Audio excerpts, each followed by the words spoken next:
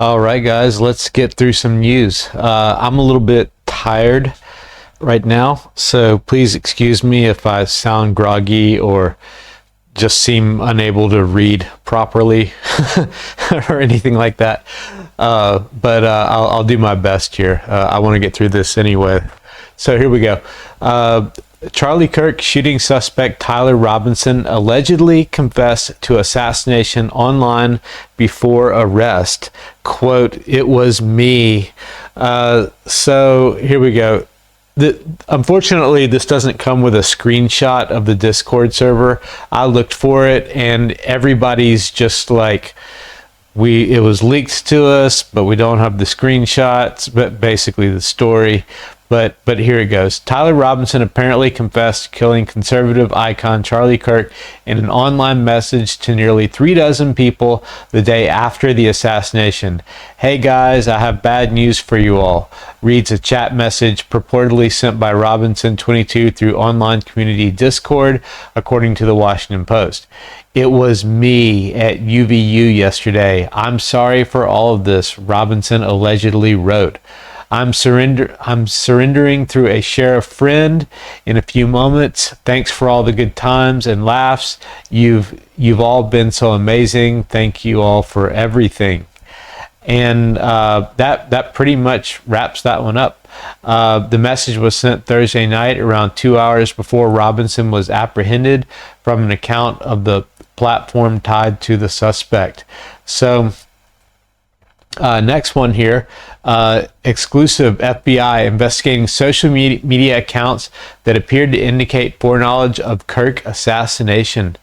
The Federal Bureau of the FBI is investigating social media posts by at least 7 different accounts that appeared to indicate foreknowledge of the assassination of Charlie Kirk, according to 3 people familiar with the investigation and screenshots obtained by the Washington Free Beacon. The post, one of which referenced the date of Kirk's assassination, September 10th, more than a month before it took place, were all deleted in the days following the killing.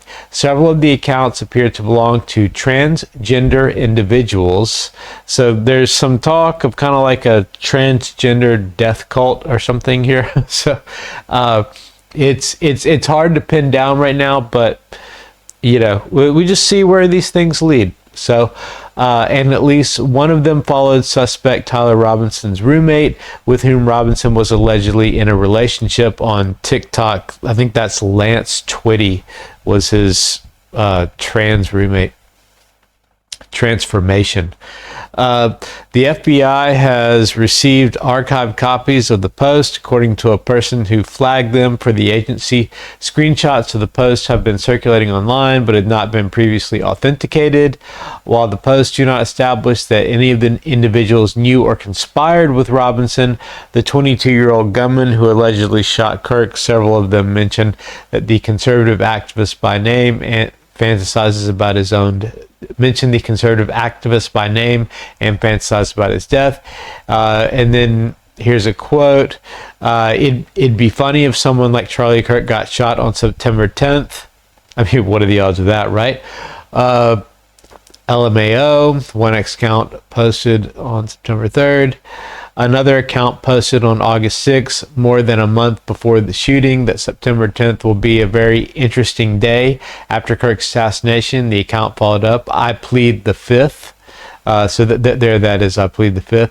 The morbid quip was reposted by an account named Cherbum and the blah blah blah, who appears to follow Robinson's roommate Lance Twiggs on TikTok, where Twiggs' username is Lanclaudy. Okay, so then there's just some screenshots of stuff. Minutes after Kirk was pronounced dead, Cherubim posted on X, "We fucking did it." So several of the accounts under investigation appeared to be associated with LGBT subcultures. One individual, Osama bin Tezuku, used the X handle Fujo Shinsel, a reference to a game of anime that depicts romantic relationships between men. You guys, I have something big coming soon. Just be sure to check the news. You'll know when you see it. You'll know it when you see it. Another user Najar Gallev something, who had wished death to Kirk and predicted that something big will happen when he set foot on campus, had identified as non-binary on X. Charlie Kirk is coming to my college tomorrow. I really hope someone evaporates him literally. And then that's where we get, let's just say something big will happen tomorrow. And etc., etc. And in the video posted on TikTok the night before his shooting, an individual who appears to be transgender wrote that Charles James Kirk does not know what's coming tomorrow. And there that is. And yeah, this isn't a threat. The individual added, it's a promise. And so the investigation goes on. So they're, you know, based on that, it looks to me like we absolutely have foreknowledge, and because of his lifestyle choices, Tyler Robinson's, it all seems to be trans, or you know, a trans adjacent or what have you. So next one here. Charlie Kirk, assassination suspect under special watch as investigators seek motive. So there's not much to this here. In part, it almost seems to be just a precaution, because he had said to his father, you know, well, I'll just kill myself. And so it's, you know, that was instead of being turned in, and then he was talked out of that. And so Tyler Robinson is being housed in our special housing unit so that we can keep a close eye on him, the Utah County Sheriff said in a statement Sunday. He will remain on special watch status until cleared by mental health, which may take several days. And as I said, it seems to just be more of a precaution.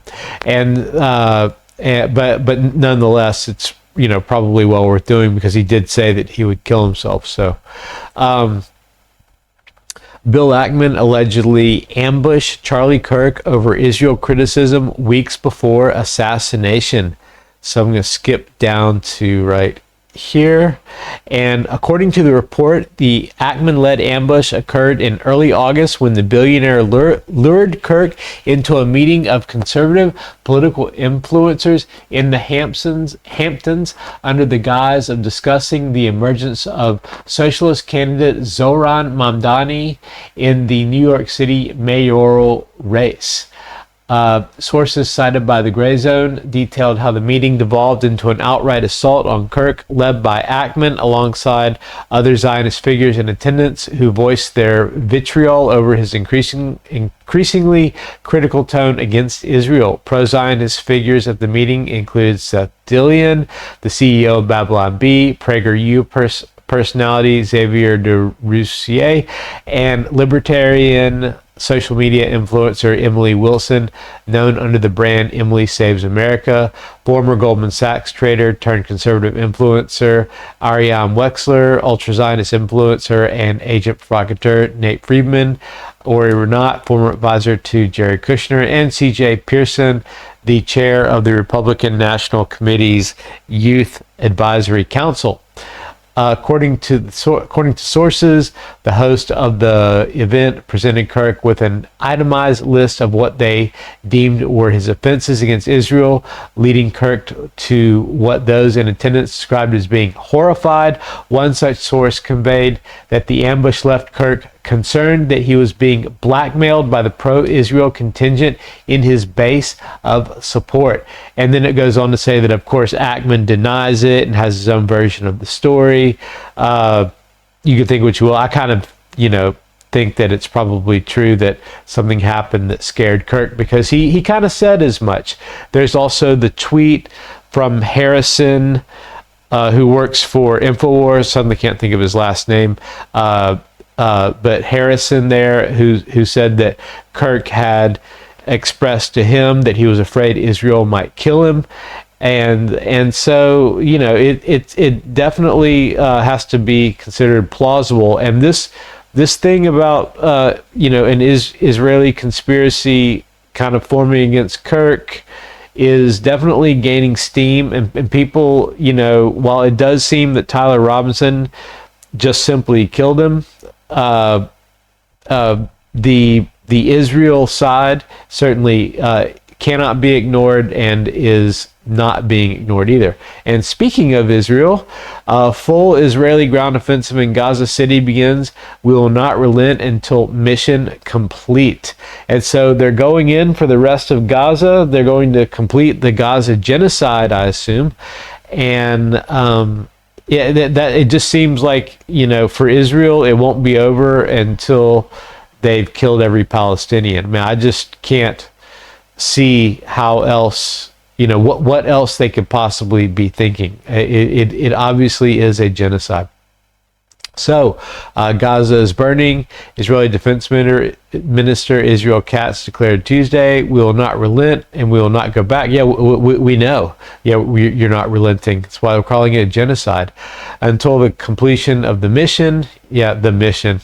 The Israeli military launched the mainstay of its ground offensive in Gaza City on Tuesday, advancing slowly into the densely populated urban center, which has already suffered immense destruction due to airstrikes.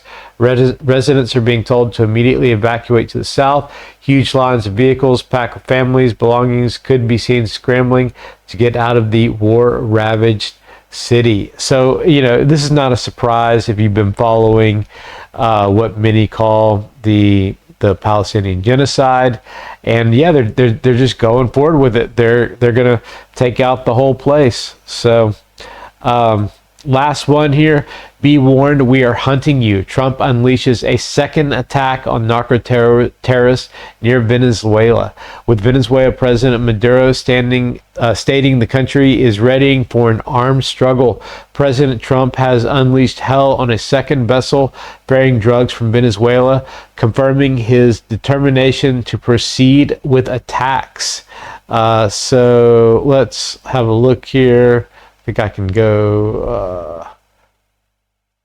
yeah, there it is. Okay, so this thing's just sitting here, kind of going, you know, ta-da, ta-da, ta-da, ta-da, and then boom, there it is. It was exploded. And there it is, burning away. So, just a little bit more here. U.S. forces conducted a second kinetic strike against positively identified, extraordinarily violent drug trafficking cartels and narco-terrorists in the U.S. Southern Command area of responsibility. The strike occurred while these confirmed narco-terrorists from Venezuela were in international waters transporting illegal narcotics, a deadly weapon poisoning Americans. That would be fentanyl. They at least believe. Trump continued, these extremely violent drug trafficking cartels pose a threat to U.S. national security, foreign policy, and vital U.S. interests. The strike resulted in 3 male terrorists killed in action. No U.S. forces were harmed in this strike. Trump concluded with a warning: be warned, if you are transporting drugs that can kill Americans, we are hunting you. The illicit activities by these cartels have brought devastating consequences on American communities for decades, killing millions of American citizens. No longer. Thank you for your attention to this matter. And Maduro reiterated that recent incidents between his country and the United States are an aggression, and you know there are people saying, you know, it's gearing up, possibly looking like it's going to go ground invasion mode. So there we go. I'll just let this play out here again for my little outro. So thank you for listening, and if you like this sort of thing, please like, subscribe, and share. And that will do it for this one. Thanks, everyone. Base Gardening out.